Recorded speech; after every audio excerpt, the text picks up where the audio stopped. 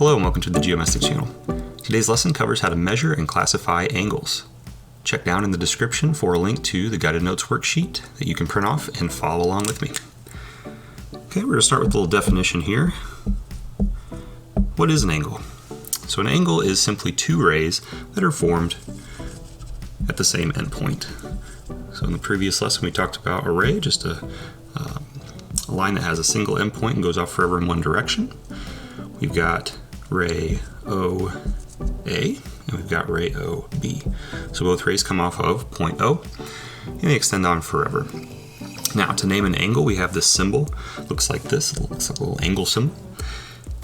And to name an angle we just use the points that are on those rays with the vertex point, that middle point in the middle. So for example we can name this angle AOB. We can go the other direction, we can also call it angle BOA. And if there's only one angle at a given vertex, in this case you can see there's just one angle at the vertex point O, we can also use just angle O. One other thing you might see is you might see angles numbered, maybe a little number like a number 1 in the interior of that angle. You can also say that is angle 1. So all those are fine, just make sure that you do go in order. For example, I couldn't say this is angle OAB. OAB would actually be the angle that starts with a vertex of A and go this direction. So I couldn't use that one. Okay, so that's how you name an angle. Now angles are measured in a unit, what we call as degrees. Now a degree symbol, you've seen it before I'm sure, just looks like a little dot or a little circle. So if I said, for example, an angle was 60 degrees, it would look something like this. Now the SI unit of angular measurement is called a radian, which you'll likely run into if you take a trigonometry course or a pre-calc course. But today we're just going to stick with degrees. Now the degree system is based on the fact that a circle all the way around is 360 of these degree units, which would make a semicircle 180 degrees.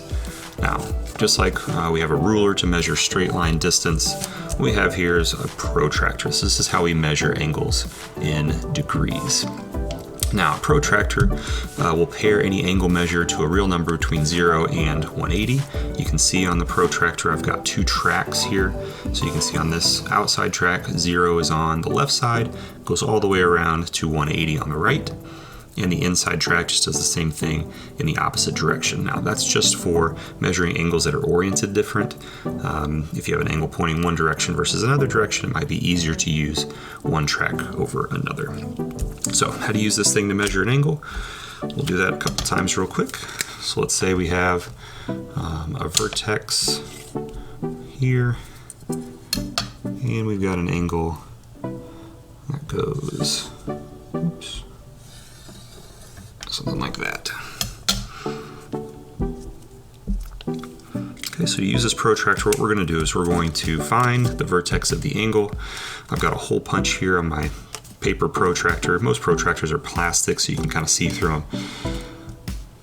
What we're going to do is we're going to put that vertex right there in the center, okay, right where my hole punch is. And then we're going to take this thing, we're going to line it up to where one of the rays is pointed toward a 0. So in this case you can see we're using the inside track because my ray is pointing to the 0 on the right. And then we're going to follow the angle to see where the second ray kind of points at. So you can see the inside track again is what I'm using, which is about 60 degrees, maybe a little bit less, we'll call it 59 degrees. So we know that this is a 59 degree angle. So if I were to call this angle 1, and I wanted to state that the measure of angle 1 was 59 degrees, it would look something like this. The measure, or a little m, of angle 1 is equal to 59 degrees. Measure of angle 1 is equal to 59 degrees. Okay, so let's do another one that's pointed a different direction, so we can use a different track here. So we got one ray, vertex here, and let's say we're going off in this direction.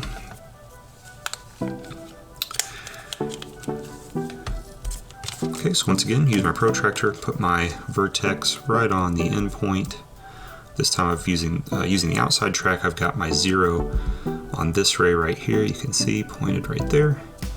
And then coming up the second ray, we go to that outside track, and we can see that we are between 110 and 120. We're going to call that 113. So this is 113 degrees. Call this angle 2. And we would say that the measure of angle 2 is equal to 113 degrees. There we go. Now let's do one more. This time we're going to use the protractor to create an angle. So if I use my protractor, kind of set it up, I'm going to put my vertex point dot right there in the middle. I'm going to go this way on the inside track, point 1 ray towards 0, so I know that's right there. This time I'm going to go straight up. I'm going to split this thing right in half to where I'm right at 90 degrees. So 180 for the half circle, half of 180 is 90, so I know that's going to come right up here. So we got my points, my vertex here, the ray coming off there, and then the second ray going straight up here. Okay, so I've created this 90 degree angle. This is going to be angle 3, and I can say the measure of angle 3 is equal to 90 degrees. Okay, so I've used my protractor, I've created these 3 separate angles, and I created these 3 specifically for a reason, because each of these is classified differently. So we have these 3 angle types. I'm going to start over here on the right, because it is a right angle. So you've seen a 90 degree angle. We classify a 90 degree angle as a right angle.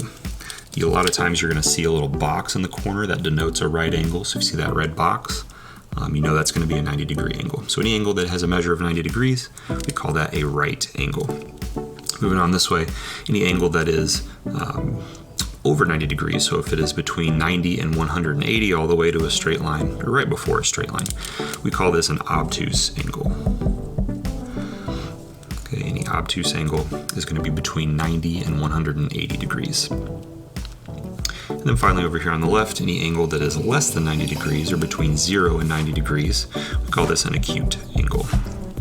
So acute angle, anything less than 90 above 0. Now we actually have one more angle type.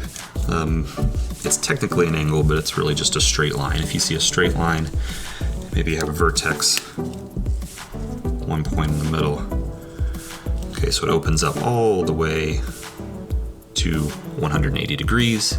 So a straight line, we can also consider this a straight angle. Okay, some circumstances you might need to use that. Okay, so really just 4 different angle types: acute, obtuse, right, and a straight angle.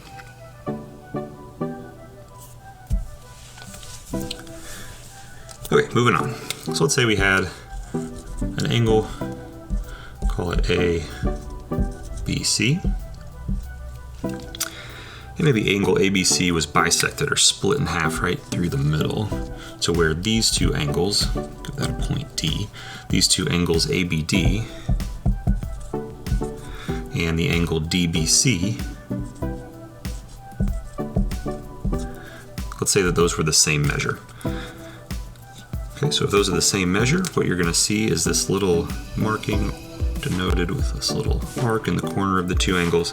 Okay, this is going to show that these 2 angles are congruent to one another.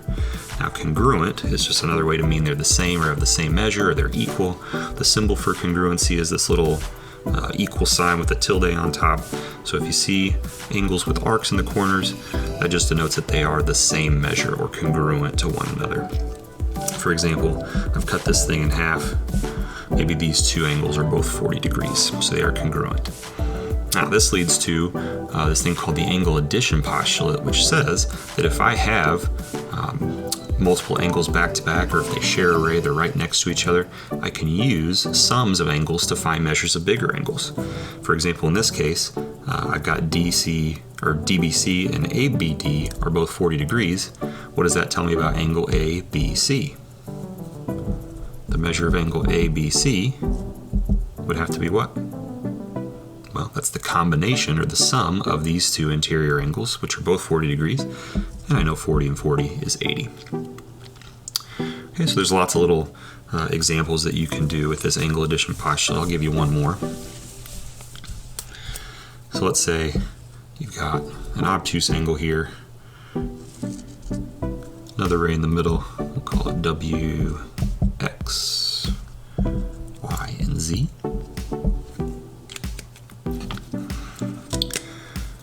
Okay, so let's say that this entire angle WXY, so the whole thing here, so the measure of angle WXY, let's say that was 128 degrees. So it's obtuse, more than 90, less than 180, 128.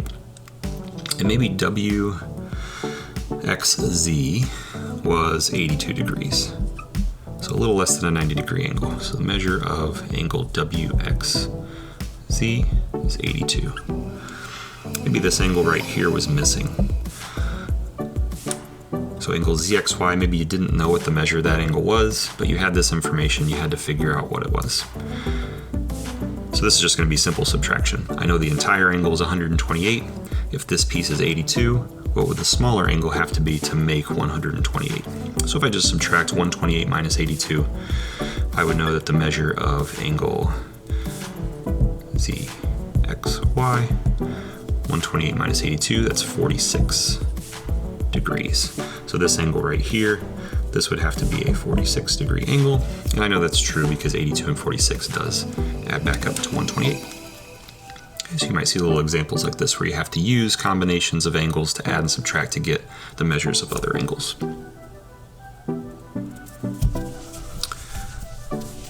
Okay, last thing today, we're going to look at 4 different angle pairs. So these are specific angle pairs that you might see that have some importance. First one we're going to start with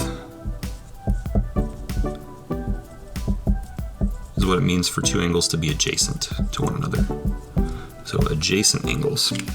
I've drawn a couple of pairs of these already. So let's say we got an angle split into 2 separate angles.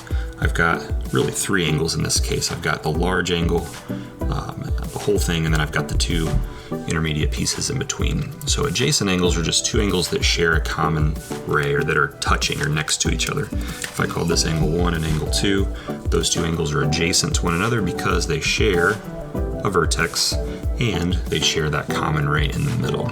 So if you're talking about adjacent angles, that just means they're next to each other, touching, share a common side and vertex. Okay, the next one we're going to talk about, this is really important because you see this all the time. Let's say you got 2 lines that intersect. Okay, so 2 lines that cross, intersect right there in the middle.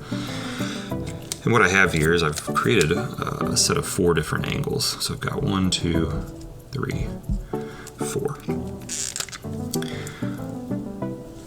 Okay, so what we're going to look at here are the angle pairs that are across from each other at this intersection. So I'm talking about angle 1, and then the angle across from it over here, angle 3. Okay, these are what we call a pair of vertical angles. And the word vertical angles, or vertical in this case, doesn't really have anything to do with, up, down, vertical versus horizontal. It's just the name of this thing. So vertical angles are 2 angles that are opposite of each other and formed by the intersecting lines. So whenever 2 lines cross, you make the X. The angles that are opposite of one another, so angle 1 and angle 3, for example, and also angle 4 and angle 2, those are both considered pairs of vertical angles. And the nice thing about vertical angles, you probably can tell just by the picture, is that vertical angles are always going to be congruent to each other. They're the same measure. So angle 1 and angle 3, exactly the same degree measure. Same thing with angle 4 and angle 2, same degree measure. So when you have that X, you got these 2 pairs of vertical angles, you can always conclude that those opposite vertical angles are going to be congruent. Okay, that's vertical angles.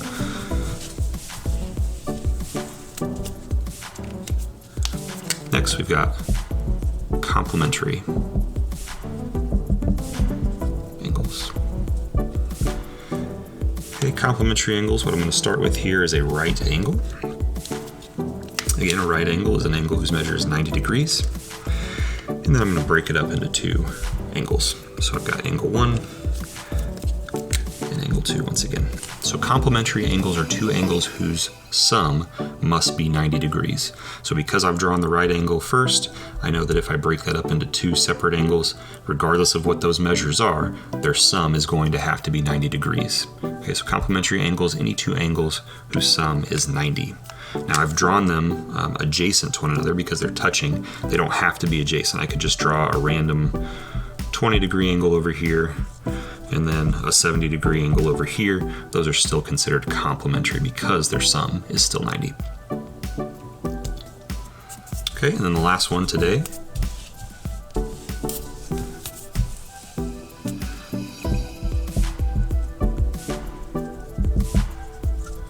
Supplementary angles. This time I'm going to start with a straight line. If you remember a straight line or a straight angle, that is 180 degrees. So if I start here and go kind of around the semicircle, I'm halfway around a circle. So a straight line is 180 degrees. If I were to take a point somewhere in the middle, draw two angles, 1, 2, I know that the sum of these two angles is going to have to be 180. So that's what we mean by a pair of supplementary angles. Okay, so supplementary angles, two angles who have a sum of 180 degrees. And just like with complementary, they don't have to be touching or adjacent. They can be separate from each other as long as their sum is 180. They are considered supplementary.